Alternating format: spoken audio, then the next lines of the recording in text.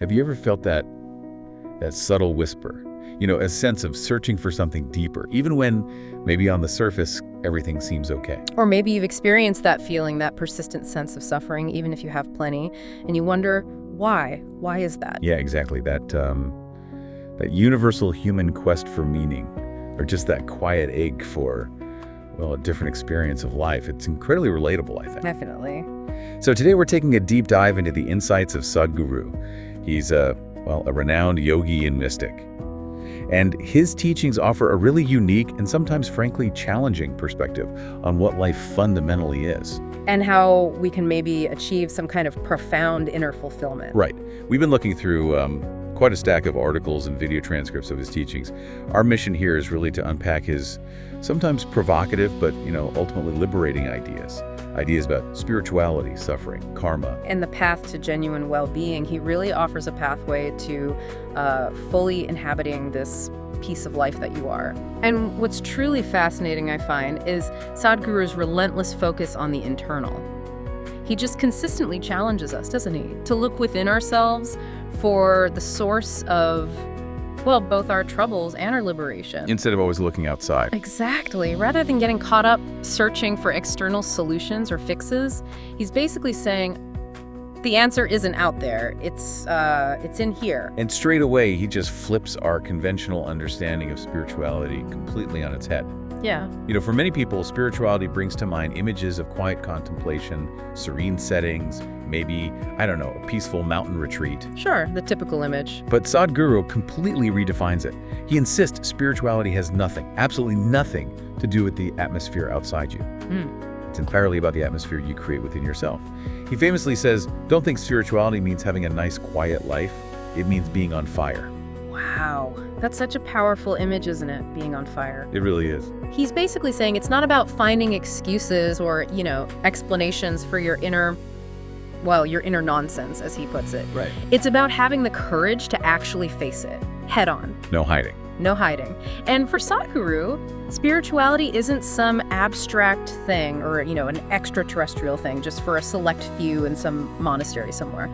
It's the very core of human existence. It's happening right inside you, right now. It doesn't matter where you are, what you're doing. It's about realizing your, what does he call it? Peak possibility. Yeah, peak possibility, an existential process. It goes beyond just psychology or social conditioning. He even frames it as ultimate greed, which sounds odd at first. It does sound odd, but he clarifies it's not greed for a piece of creation, like possessions or status. Right. It's a yearning for the source of creation itself. And there's that beautiful paradox in his teaching too. Spirituality is not about becoming special, it is about becoming one with everything. That really shifts things, doesn't it? Away from trying to stand out or achieve something externally. Towards a profound internal state, interconnectedness. Okay, so with that kind of radical redefinition of spirituality, where does he go next? He tackles the big one, the purpose of life. Right, the fundamental question. And here again, his perspective might surprise you. He suggests that asking, what is the purpose of life, is a question that really only comes up when life feels like a burden. If, as he puts it, just sitting here and breathing was ecstatic for you, you wouldn't even need to ask it. So the question itself is a symptom. That's what he implies. A symptom of discomfort, of not being fully engaged with life itself. Okay, so if the question is a symptom, then the true purpose isn't some grand external mission we need to, discover out there somewhere. No, not according to him. It's simpler or maybe harder, depending on how you look at it. It's to enhance this life to its maximum potential. Enhance this life. Yeah. And he introduces this concept of seed nature. Seed nature. The idea that the very source of creation, the intelligence that makes life happen, is already functioning within you, like a seed. Okay. And the spiritual process, in his view, is about consciously tapping into this seed nature, allowing you to, to create life the way you want it. To flourish. Exactly. To truly flourish into your ultimate potential. Think of an acorn. It already has the full blueprint for a massive oak tree inside it. Right. Sadhguru says that same kind of immense potential for growth and flourishing is inherently within us too.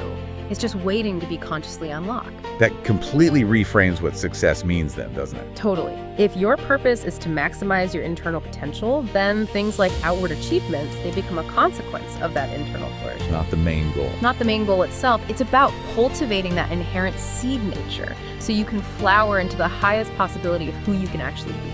Okay, so if the purpose of life is to truly flourish, to reach that potential, Yeah.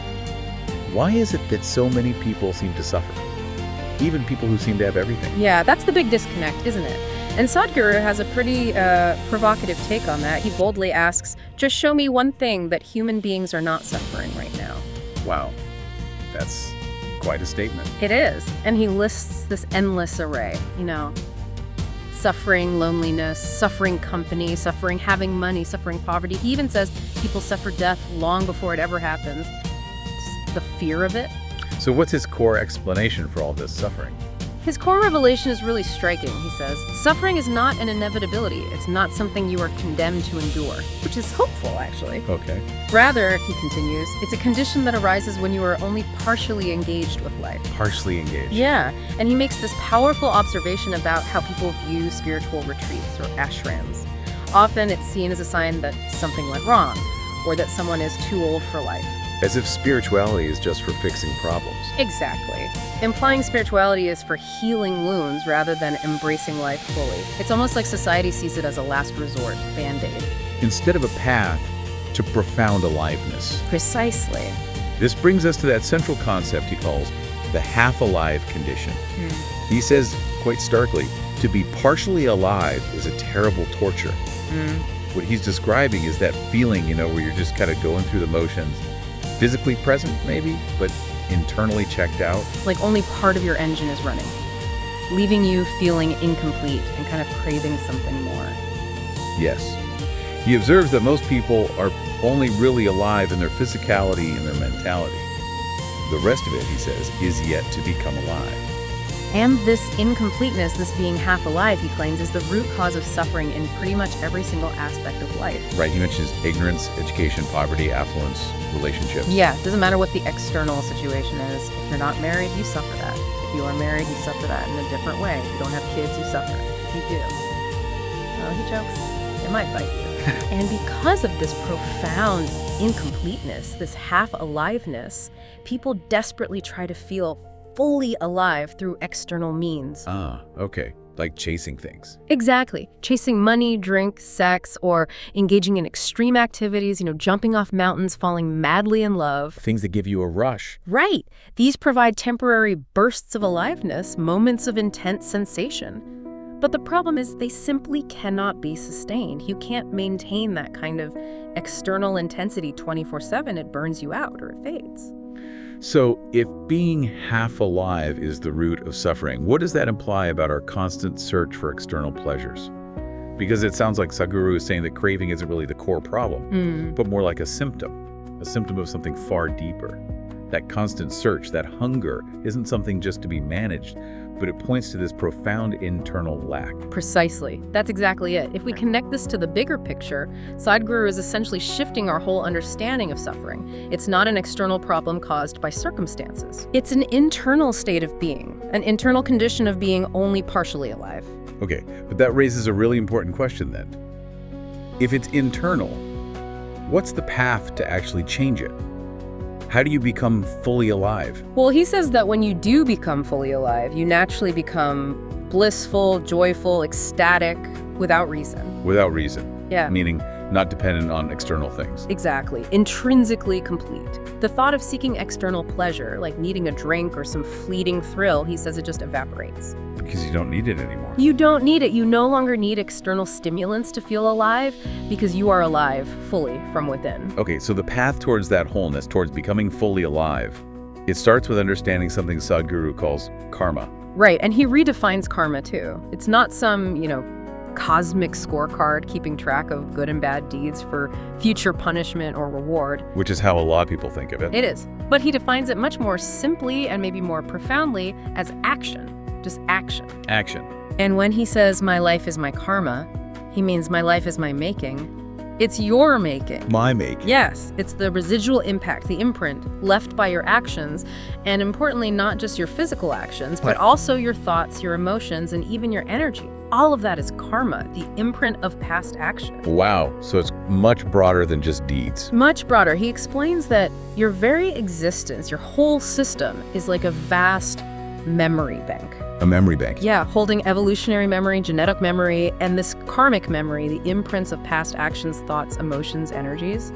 And these memories, which are largely unconscious, they play out as tendencies. They shape your inclinations, your reactions, your patterns. Okay, I see. And if you don't become conscious of these tendencies and learn to transcend them, he says something quite chilling. The past will be repeating itself. The dead are living through you. Whoa. The dead are living through you. Meaning you're just playing out old patterns. Exactly. You're not truly living your life in the present moment consciously. You're just running a rerun of inherited patterns and unconscious conditioning from the past. So what does all this mean for us then? It sounds like. Well, it sounds like we're not victims of fate at all. Not in the way we usually think of fate. But we are, in a sense, the architects of our own experience. Even if maybe we've been doing it unconsciously up till now. That's the implication. He's saying your destiny isn't necessarily about what happens to you externally. Your true destiny is defined by your experience of life. How you experience it internally. Yes. How profound, how pleasant, how wonderful it is. And that experience, he claims, is 100% in your control. 100%. That's a bold claim. It is, because, as he points out, all the things that make up our experience, pain, pleasure, joy, misery, ecstasy, they all happen from within us. They're internal phenomena. Internal phenomena, not things imposed from the outside. The outside situation might be a trigger, but the experience itself is generated within. Okay. And does he break down how we get that control? He does. He offers a kind of practical framework for gaining mastery. He suggests that if you achieve mastery over just your physical body, you get maybe 15–30% of your life and destiny in your hands. If you master your mind, your thoughts, and mental processes, that increases maybe to 40–60%. Yes. But, and this is the crucial part for him, if you achieve mastery over your life energy. Life energies, Yeah. like prana or chi. Yes, a fundamental energy within you. If you master that, then he says a full 100% of your destiny, your inner experience, is in your control. Wow. Allowing you to consciously decide how you live, how you experience life, and even, he suggests, how you die. That's profound. It is. He says a natural aspiration of every life form is to be full-fledged, to express its maximum potential. But often, maybe out of fear of suffering, we hold back. We limit the immensity of being human. And a key step in gaining this inner mastery, this control, is cultivating awareness, consciousness. Yes. Sadhguru says the spiritual process really begins right where you are. From A, he calls it. From wherever you are right now. It's simply about becoming more and more conscious. Okay, but what does he mean by awareness? Is it just like paying attention, being mentally alert? He clarifies that. It's not just mental alertness, that kind of sharpness that helps you survive daily tasks, like driving or working. Right. While that's useful, the awareness he's talking about is simpler, deeper. It's simply knowing you are here right now, a profound sense of presence. Just being present. Just being present. And this awareness, he says, isn't fixed. It can be heightened, like turning up a dimmer switch on a light. Okay, and what happens when you turn up the dimmer? When this awareness goes beyond just what's needed for basic survival, he says it starts to touch dimensions beyond the physical. Beyond the physical. Yeah. He uses this analogy, saying it's like increasing the voltage within you. And when the voltage increases, the light of your perception gets brighter. You start to see and experience so much more of life, dimensions you were previously kind of blind to. So heightened awareness leads to a deeper perception of reality. A deeper, more profound way of experiencing life itself. Yes, and the practical technology for doing this, for this inner science, for Sadhguru, is yoga. Yes, yoga. But again, he's very clear about what he means by yoga. For him, he explicitly says, standing on your head is not yoga. Holding your breath is not yoga. Twisting your body is not yoga. So it's not just the physical postures, the asanas. Those are practices, tools maybe, but yoga itself, the word means union.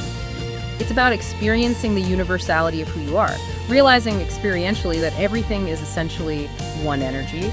It's about inner integration, not just physical flexibility. An inner science. He calls it an inner science for achieving inner well-being, fundamentally distinct from external sciences which explore the outside world. Yoga explores the inside world. And he feels quite strongly about not trivializing it. Very strongly. He even provocatively says that using yoga only for physical benefits, like, say, managing back pain, is almost a crime. A crime? That's strong. It is strong. Because he believes if its full depth and dimension are explored, it can lead to ultimate well-being. It can become a ladder to the divine. It's a comprehensive system designed to transform your entire experience of life. And he uses stress as an example. Yes, a perfect example. He argues, stress is your making. It is not the situation which is making stress. The situation is just the situation. Your reaction is the stress. So yoga isn't just about managing the stressful feeling. No. It aims to remove the problem within you that creates the stress in the first place. It goes to the root cause. And for that kind of deep transformation, he emphasizes using all, what did he call them, 4 wheels. Yes, the 4 wheels of human existence. Yeah. Your body, your mind, your emotions, and crucially, your energies. Okay. Relying on just one, like trying to fix everything with just the mind, is like, he says, trying to use a knife that's all cluttered up with cake residue. Okay, messy. Messy and ineffective. It simply won't cut through cleanly to freedom.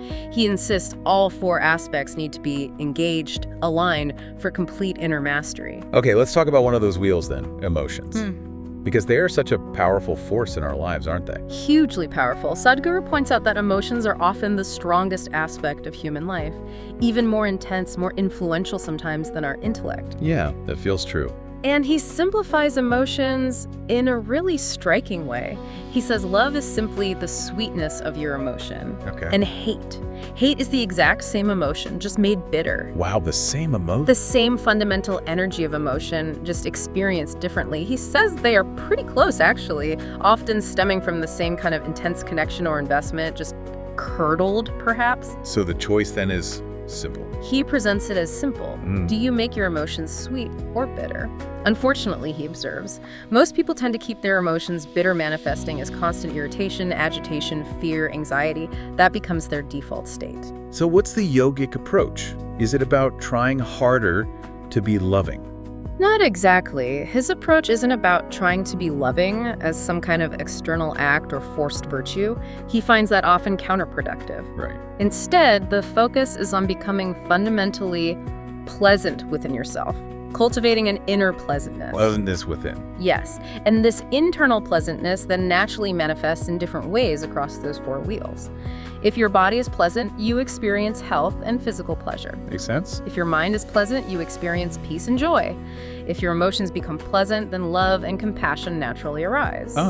If your very life energy becomes pleasant, that, he says, is bliss and ecstasy. And even externally, if you are internally pleasant, your surroundings will naturally tend to become pleasant too, leading to what he calls success. So it starts inside and radiates out. Exactly. He argues that if you are truly pleasant within, then whatever is needed in any given moment, kindness, firmness, love, action, will just naturally happen. Trying to force yourself to be loving when you are actually feeling unpleasant internally, he warns, is usually destructive. It's fake, and it backfires. That internal pleasantness then, it influences everything. It influences every interaction, every experience. It's the foundation. And in this journey towards inner pleasantness and clarity, some people choose to seek guidance from a guru. Right. The role of the guru. What's his take on that? He explains that the word guru literally means dispeller of darkness.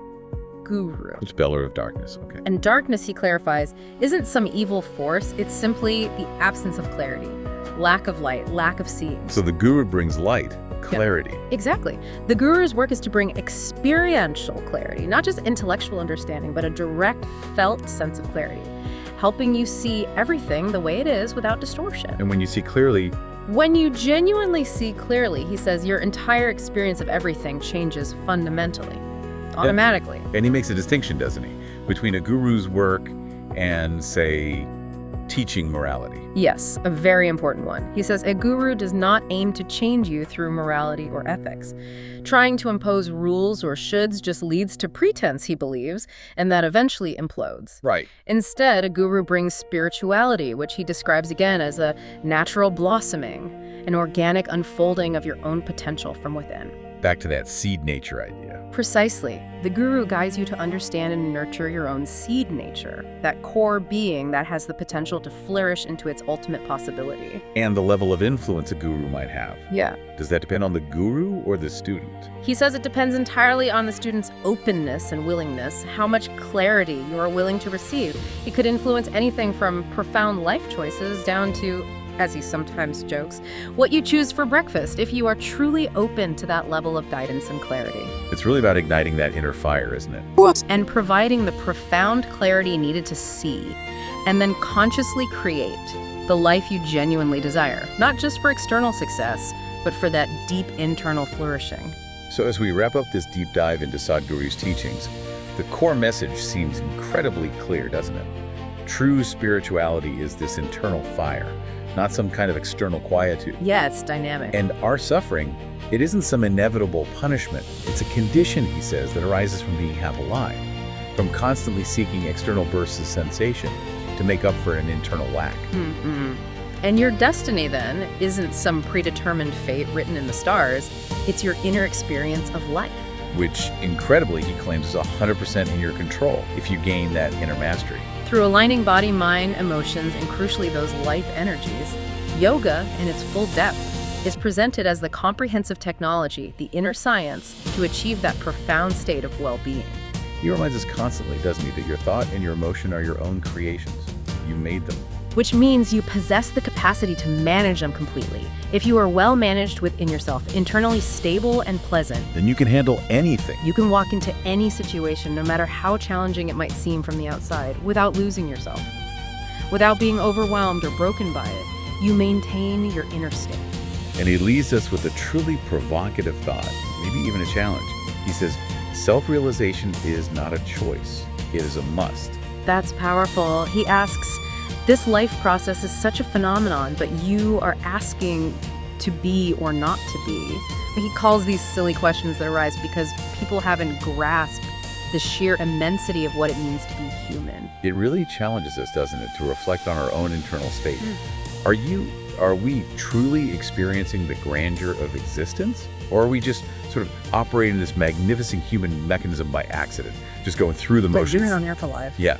So maybe the final thought for you, the listener, is to reflect on what it means to truly understand and fully live this piece of life that you are. What stands out to you from these ideas, from Sadhguru's insights?